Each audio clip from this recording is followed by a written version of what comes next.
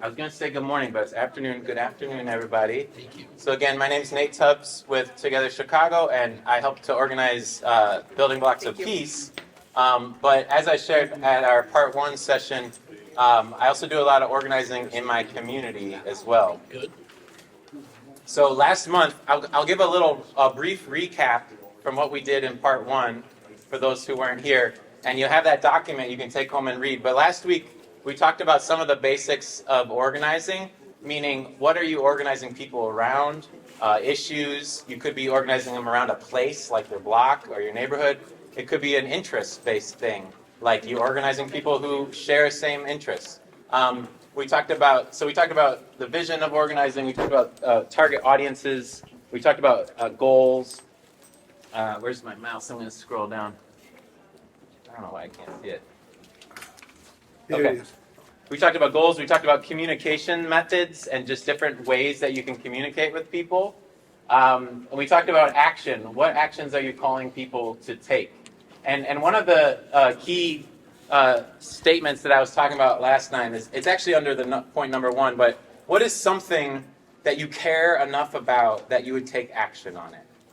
That's a key to organizing. Is getting people together who care enough about something that they're willing to do something about it, right? It's not that they just want to loft a complaint about it or I don't like this or that, but they're willing to do something about it. So that's a key organizing question. What's something that you and others care enough about that you're willing to take action together about it? Come on and join us if you want to. There's more chairs on this rack too if anyone needs chairs. I know some folks. One of the sessions is closed, so people are trying to find their way to other sessions too. So, We got chairs over here. but welcome. There's more chairs here as well. Okay, so last month we were talking about some of those things, and I'm not going to go through it all, but take this home with you and read it. But we talked about different ways of organizing action steps. We talked about sustainability. How do you sustain what you're doing? What's the frequency with which you meet and do things and take actions? You know, some of you who've done weekly efforts, you know the lift that takes to do weekly things or monthly meetings and all that. It's a lot of work. So how do you move forward together without burnout or without leaving people behind? How do you bring people along with you? These are some of the themes we spoke about last month. And then lastly, we talked about results. How do you know if what you're doing is making a difference? How do you measure it? How do you look at that? And we talked about metrics, perceptions, meaning how do people perceive the work, and then stories. What are people saying about the work? So that's just a little bit of catch up on the part one handout. There's also a list of recommended resources that I had here on the page. So please check out those links on the resources. And there's some good stuff here. I also have the books. So last month I had a whole bunch of books out on the floor, and some of you even took some books home with you. I don't even know. I hope you're enjoying them. That's great. And I honestly, if you want to read these books, I would be more than happy for you to take them and read them. And if you want to give it back, you can give it back. But you don't have to either.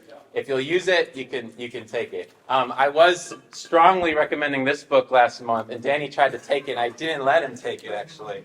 But so you can come look at these books here as well. Does that mean I can take it this time? Later. You can, but I would like that one back. Right. If you want it. I was getting ready to ask though, could you maybe pinpoint the key ones out of those, like the New Parish and those things that were key books that you suggested would be very helpful? It depends on your situation. So I would say let's talk afterwards if anyone wants to talk afterwards, and we can do that.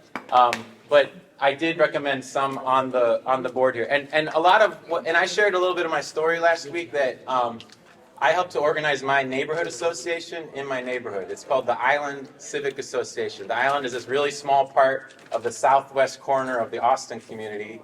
We touch up against Oak Park, we touch Cicero, but we're still the city of Chicago. It's about 1 square mile, 4 blocks by 3 blocks. What's it called? It's called the Island. I know you're aware of it. And there's about 1,600 people that live there. And some beautiful historic houses. Historic bungalows. Yeah, so it's a great little area. But what I realized when I moved there in 2016, and I would walk my kids to school, and there was a sign there in the community that said Island Civic Association, but it was old, tattered, worn. I called the phone number. It just went to the dial tone.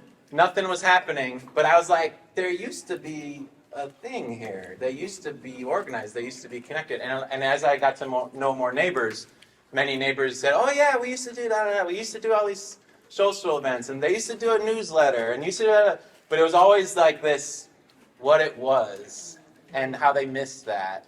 And then it started to be like, well, why don't we do that again? How could we get that restarted? So in 2021, after many years of talking with neighbors about this and hearing and listening and all that, we said, hey, let's get this going again, right? So, yeah. So can you share some of the things you've done?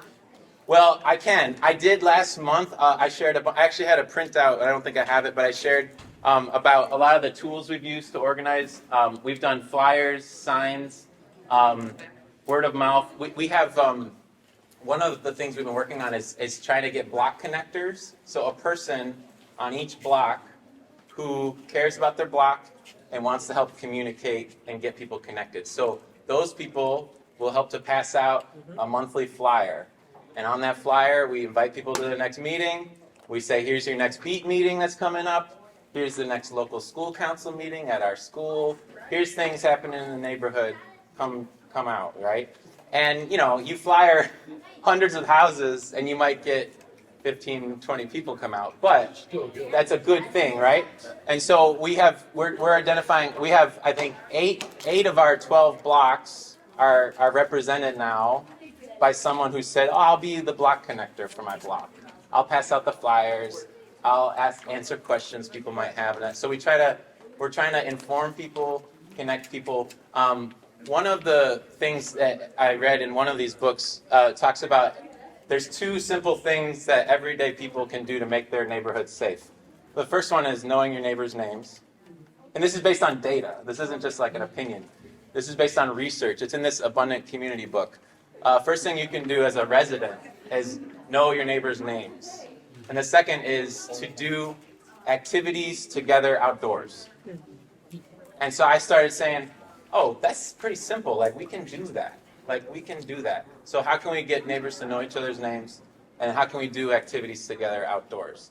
And so that has been one of our focuses, is just those simple principles. But there's more to it than that. So I don't know if that kind of answers your question, but That's an example of so-called little things that make such a big difference. yes. Yes. It's always the little things that make such a And the key piece of this that I am so convinced with is that no one else can do this for us. Wow. The police can't do this for us. I'm sorry, we love y'all, but you can't make neighbors connected on their blocks, right? You can't make them care about each other. A nonprofit can't do that, right? Great nonprofits in the city, great. City government can't do that. Great, you could have the greatest alderman in the world, but he can't make your neighbors know each other on the block, right? So there's a unique thing that only we as residents can do. And if we're not doing that, there's something missing. There's something missing. I'm You have- actually the president of my neighborhood association, Yeah. which is up here in 16. It's pretty close to here. It's Forest Glen. So exactly everything you said is what we do. So it's awesome that you started that. And our community organization has been around forever. And we have actually like subcommittees that extend off of the neighborhood association. We have bylaws and everything, so Yeah. we are an actual association. We work with the alderman's office and everything. But we do as much as giving ribbons out for like landscaping. So we have block. Oh, okay. So we have Like awards or something? little awards and stuff. Like you said, it's little things. Actually, we do block reps and stuff that actually send out the newsletter.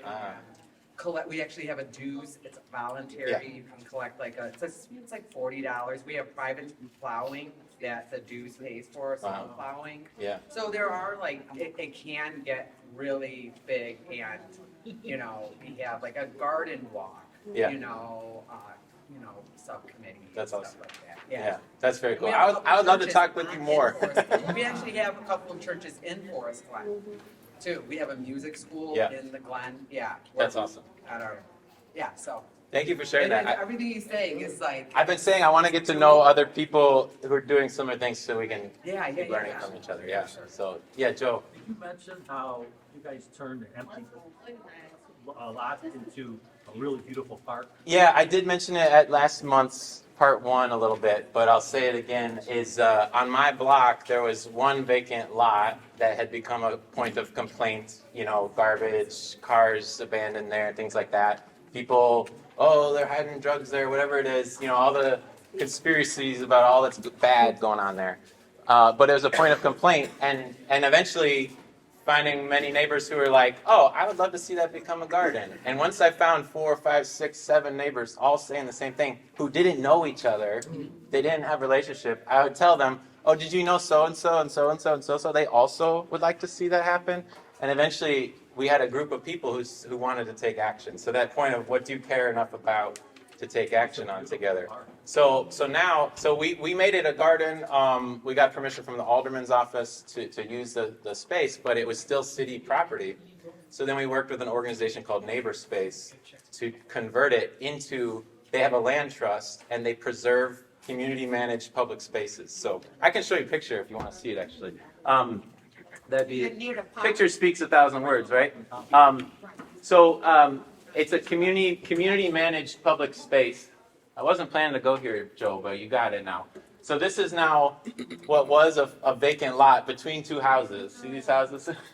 Island Oasis, what a great. And now it's called the Island Oasis Nature Play Garden. So I'll scroll down and show you some of the old pictures here. So where is that in relation to the church that's over there? So this is the block behind that. This is what it used to look like. And then this is what it looks like now. See that? Oh, man. And I've got photos here from kind of before and after. This is our neighborhood association's website. And let me go back to the beginning here. How many churches actually participate with you? Well, so that's the thing. To be honest, Mark, there aren't, like, our area is so small. A lot of people go out to go to church or they're involved elsewhere, right? And that was actually a missing piece here. Is like, who's doing things here? Who's involved Would you here? include all the island or just your part? I guess it depends where you define it. We gotta wrestle about that one. I can only But- see the one church over there. I forgot Yeah. the name of it. Yeah, New Jehovah. Well, no, so there's kind of a debate about the geography of the island a little bit. So when I'm saying it, it's that western part. But Mark is a part of a church that's further to the east, Just more by on the other side Cicero, of Cicero. whereas we're by Austin. Austin, Chris. Anyways, This you can may see. seem crazy, but that looks like that's a lot between 2 houses. That's exactly what it is. It was a vacant lot. There used to be a house here. There's actually still the foundation is still there. And y'all And it was converted. condemned, abandoned, torn down because it was a problem house. And then it sat there for decades, nothing there, and it was full of trash and abandoned cars and things like that. So question So in my mind was, how did y'all take it from that abandoned state to such a glorious state as the island? Yeah, so what we first, I would say, got the consensus of people to say this is what they wanted to do, right? We needed to have many people, especially the people who lived right around it, to say that they wanted to be a part of transforming it. So the first goal was displacing the parking and the garbage, and so we said, let's add garden beds, let's clean it up, and now you couldn't really park there anymore and things like that. And then we started doing positive outdoor activities, like I was saying. So that question earlier of getting to know your neighbors' names and doing things outdoors together, that's what we started doing. So we started hosting our beat meetings in this lot. It was just empty. It was just grass. But we said, let's do some outdoor beat meetings. So we did beat meetings there. Then we said, let's do the block club meeting there. Let's do different, so we just started activating it for positive uses. Our kids, we go over there and play, throw the football. We made a fire pit. We do a bonfire, do s'mores. Just start activating it for positive uses. And for a long time, it was still just an empty lot. But now it was hosting some positive things. And it was years later that we were able to do this larger transformation. So like I show that picture of the larger transformation, and that was like funded and all kinds of stuff. It doesn't have to be that. you know. Could you show that picture one more time? So as I so this is like halfway through the story. You know, this is like after we started the larger transformation, where we built structures and there was funding behind this. There's an organization called Neighbor Space Okay. that secured the property as a public space, and then we were able to design it. So I'll go back up to this picture at the top. So it looks like that now. But for a long time, it was just grass and some garden beds and a fire pit. That's amazing. But we again just started activating it for positive uses, and then held meetings there, and then through all that, through that Neighbor Space organization, they had this program. They said, "Hey, we're doing this thing called the West Side Nature Play Network," and they're looking for properties that are underutilized, that are proximate to schools and daycares, and that have lack of proximity to parks. And I was like, that's us. Like we don't have a park. We have daycares and a school right here, and we were a blank slate, you know. So you need a grant or something, I'm sorry. So they put they offered several locations to a funder, and they selected ours to be one of the new nature play gardens. So that's how the funding and the whole transformation happened. But that may or may not happen for all spaces, right? So the point is, it doesn't have to be this. It can just be reclaiming that space for positive things rather than what was going on there. The reason I asked that question, and I just want to say this, sometimes, you know, we want to do things, but we don't have that concept in our head. You know, it looks, to us, it's not creative. We just see, this is a vacant lot. What are you going to do with this? You know, but here you show the movement, and then you showed us how you grew it in the minds of the people around you. Yeah. That's why I asked, so that we could all have that insight and say, like, maybe I had never thought of it like that, but now I can think on those terms. Yeah. Because that's what we're doing here with Chicago, Together Chicago. Yeah. Yeah, that's the whole process. Thank you. Yeah, and it's contextual too because, you know, our neighborhood, there were only 2 vacant lots in the whole place, right? Whereas I know some neighborhoods, there's a lot of vacant lots. It's overwhelming to think of how you're going to activate and transform all that. But for us, it's like we don't have a place for kids to play. And we have this eyesore to many people, but what can we imagine, you know, that it could be? Could it become a space for the kids to play, you know? So it was both addressing a need of we don't have a park, we don't have a place for kids to play, but also like we can do meetings there, we can organize there, we can get people together for the community there. So the 2 goals or 3 goals were that this could be used for community, for play, and for beauty. So community, so we host our neighborhood association meetings and other meetings there. Play, the whole back half is meant for the kids. They can climb, they can do all this stuff. And then beauty, you know, planting flowers and all that kind of stuff. So, anyways, Thank you. I wasn't meaning to go all there, Great and now you we're did. never going to get through the other stuff. But it's, Good stuff. yeah, Can I get it's a brief example. yeah, There was a vacant lot on a block in B 1112. They didn't turn it into a park, but they did utilize it as a positive space still. Cleaned it out. yeah. They meet there. They have pictures hung up. So, you know, that's just another Yep. example. Yeah, so this is, I had a friend fly his drone up and take a picture. So this is when we started the construction, because it was just grass. My sister who asked about the church on Austin, that's this one right here. So it's right here. And then, Close. then that's kind of the before, and then this is our grand opening day, where we had people out, and we had the police out, we had the alderman, we had the school principal, food, all that stuff to celebrate the grand opening of that. But I mean, it was like 2018 to 2021 where we were just doing it a lot on our own, and then in 2021 we were able to partner with 2 organizations, and then that funding grant, which kind of took it to the next level. So, all right. Thank you so much. That was Yeah, really, yeah. that's the whole intent of this organized piece. That shows Yeah. what an organization can do. So this sheet that you guys have, so again, I don't know if these got around to everybody, but there's a part 1 document. Can I ask for help again? Who might make sure everyone gets one of these? Oh, you got something in your hands. All right. So Okay, so the part one document that we talked about last month, this is like me trying to write down like what I learned through this process and other processes. So hopefully it's helpful too. I will admit this isn't perfect, and there's so many ways it could be better probably. But these are some key questions and things you can do for what you want to organize. The handout for today is this one that has this colorful diagram here on it. So I do want to just talk about that briefly. I am not going to go through all this, so you can read it on your own. But I do want to just bring up this slide. Can we use another part one? Another what? Part one. Oh yeah. These are all I have. Go for it. Who needs that one? This was from last. Yeah, last month we had a part one, and then today the handout is this one with the colorful part. Oh, so do you have it already? Okay, could you pass it back to her then? Okay. All right, so I want to just talk about this framework today, 4 modes of change. So this comes out of the asset-based community development world, this idea of we focus on you build from strength, not from deficits. So it's very easy in community work to focus on deficits. We don't have enough this, we have problems with that.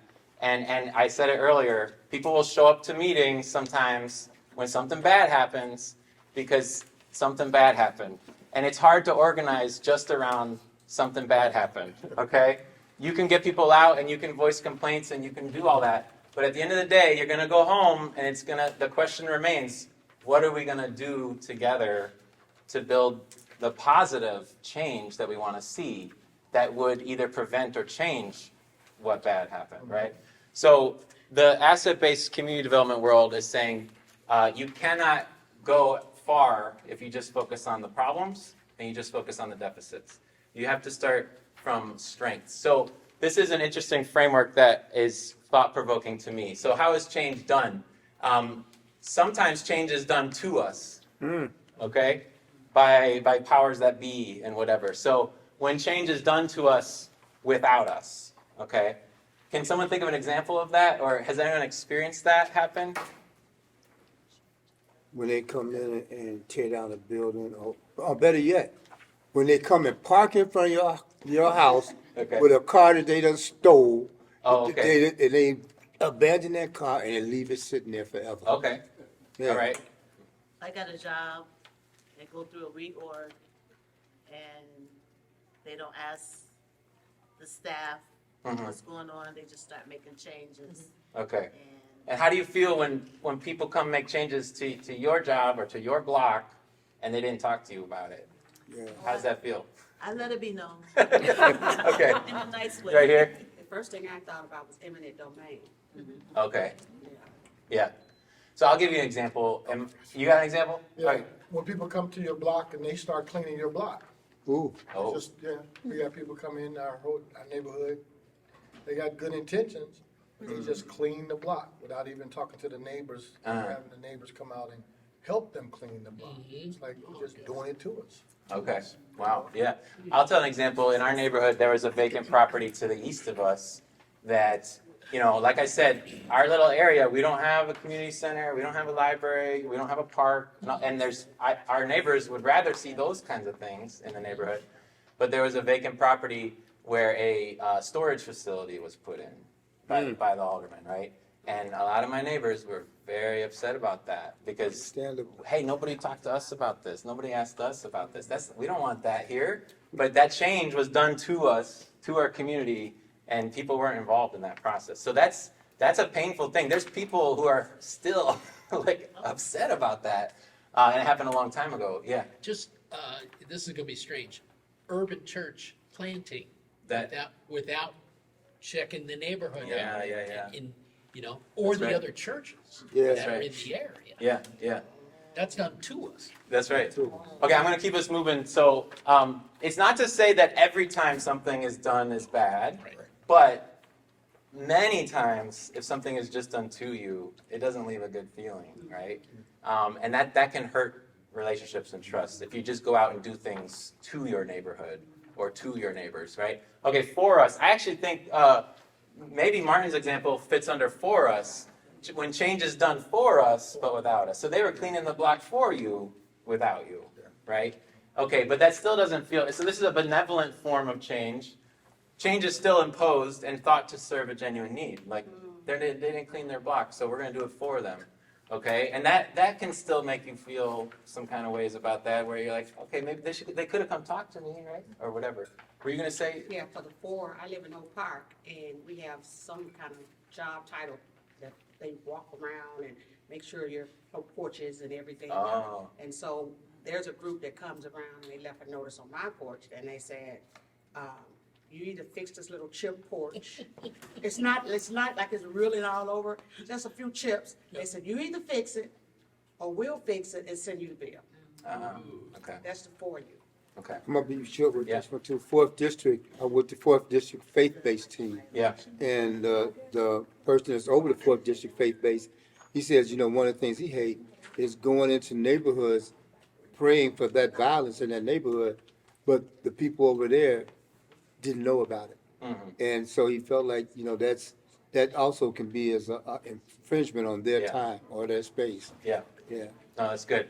All right, I'm going to keep it moving. So change can be done to us, it can be done for us, and then it can be done with us. So this is when change is done for us, with us. So this is like maybe if the group had come in and said, hey, we're thinking about doing a community cleanup. Would you like to do it with us? And you had said, yeah, we'd love to do that. Let's work together. It was us Breakthrough doing it for that community. Yeah, well, Yeah, we did. no, I get it. So, but that's better, right? If you get that with, if you have that conversation, you say, hey, what can we do together?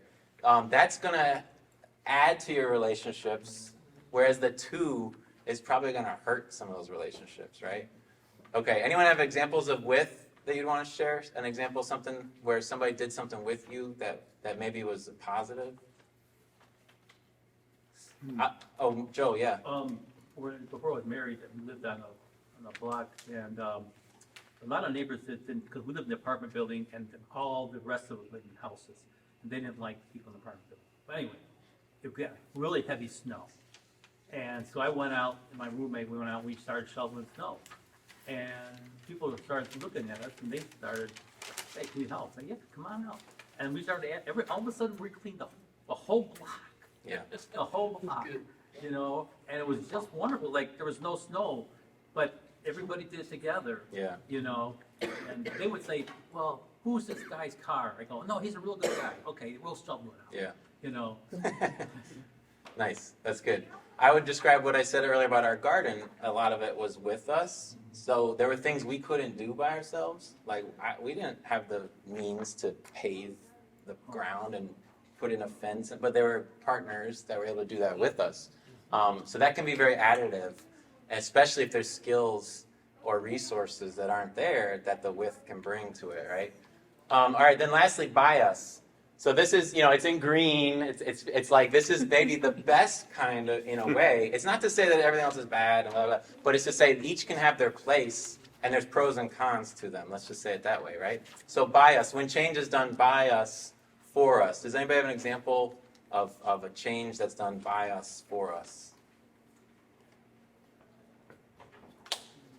I'll use that early example of the garden again. When we started activating the lot, it was just the residents doing it at first.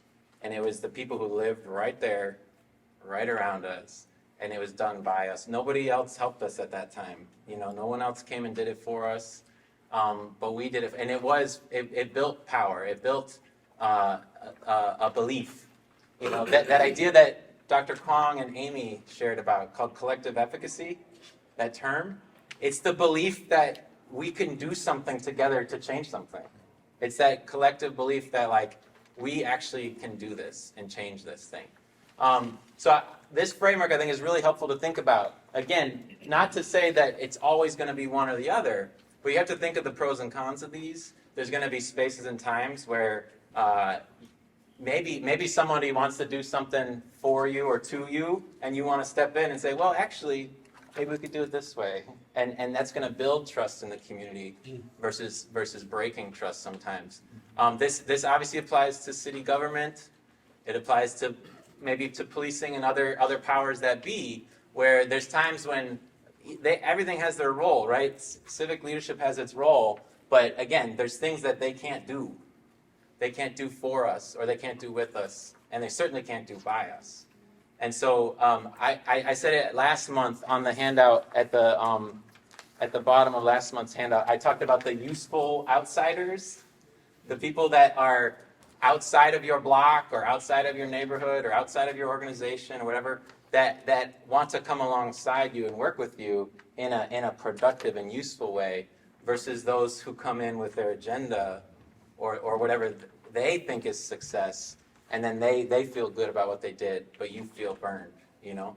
So anyways, we don't have much time left remaining. There was a lot more that I was hoping we could talk about, but I do want to encourage you to read the rest of this this handout. It has some of the other values of ABCD principles.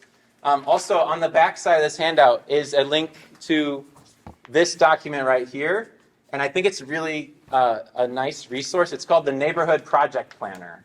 Neighborhood Project Planner. So, if you were to look at this, it's got some really nice little boxes about, okay, what are we trying to do? Why are we trying to do it? What are our goals? It just helps you write down some of those things and think that through. And I didn't print this for everybody, but I have the link on there. What's the link again? It's on your sheet here. Neighborhood Project. This is also on the Building Blocks of Peace website resources page, but it's here at greatlakesurban.org/goodneighborresources. Okay, but it's a nice, simple little plan, and I'd be curious if anybody would want to download this and fill it out between now and our next meeting in May, and then maybe come back. I'd love to hear what you think, or if there was something that you planned for. That you could share back. And then there's kind of like a to-do list, who's going to do what, and that sort of thing. Anyways, I'll pass this around if you want to look at it. One lucky person can take that one home, but the rest of you can download it, print it off. But it's so I will say this too, even if you're just going to do Hands Across Chicago with us this year, or you know, if you're going to do a night church thing or whatever, like these kinds of tools can be really useful for thinking that through. What is a light in the night thing going to look like? The other points I was going to go through, we were going to try to do a little discussion on here where I was hoping we could break off into pairs and just discuss with each other. Hey, what's something that you're working on? What's something you're organizing? What are ideas that we have of how we can go to the next step, right? All those tools that I talked about last time are still there, and we were going to talk through some of those about what are the things you are actually organizing. So if you're going to come back next month, I would ask that think about something that, again, the small things, like we said, what's something small that you can do, whether it's for your block, for your neighborhood, your church, your organization, whatever it is. What's something small that you can be working on? Because we all can we all can make a difference. You don't have to wait for someone else to do it. It doesn't have to be the leader of such and such to do it. You and your neighbors can do it. And what are the things you can plan together to make your neighborhood stronger, to make your neighborhood safer, to make your neighborhood better. So those are some of the questions I thought we could discuss today, but I think if you can go away with some of those, and maybe if you know someone else here, maybe you can discuss those with them. And then I was going to suggest that you could fill out this neighborhood project planner document that I was just sharing about. And then if you can return in May, so May 6th, I'd like our conversation will be a little more practical, like we could actually talk about, what are you working on, Martin? And a couple people, we can sit together and strategize a little, and what's Mark working on, and different things, and how we can strengthen each other in some of those ways. So I'll leave it at that for now. I do have some books over here if you want to check them out. This is the thing that I passed around last month. This has some pictures from some of our organizing in the island. You'll see our sign that we updated, because the old one was all tattered and didn't work anymore. The flyers we do and things like that. So does anyone have on your website? This isn't, no. I'll pass that around too. Does anyone have comments or questions about that? Yeah. I just wanted to recommend a book called The Tipping Point by Malcolm Gladwell. Oh, yeah. And his book is based on how small things, so-called small things, make such a big difference. Yeah. And it's based on a lot of the research that cities have done, specifically New York and other places. That's good. I have heard of it, but I have not read it. How That sounds small really things good. Make a big difference by Malcolm Gladwell. Okay. Awesome. Anyone else have comments or questions? Nate, in terms of Yeah. of our organizing these meetings. Yeah. You know, you have a lot of quality things, and there may be people who want to stay a little longer. Understandably, not everybody has to. But if that would be part of the deal, so you don't feel so pressed, because I think you've been boom, boom, boom, boom, boom. You're saying to stay after right now Yeah. or have another time? No, stay Okay. after. I'm happy to stay after and talk to whoever wants Yeah. to, for sure. So people, For people sure. aren't pressed Yeah. to cut it short. Yeah. You know? Yeah. That's all I'm asking. No. Is that a possibility? Yes, I'll hang out if anyone wants to talk. I hope those documents are helpful, and I hope you'll come back in May. And if you are working on stuff, I'd love to hear about it, and we can strategize together. So, all right, I'll just say a word of prayer and we can close. God, we are grateful for this day. Thank you for the time together and these themes. And I think we are all challenged in different ways today.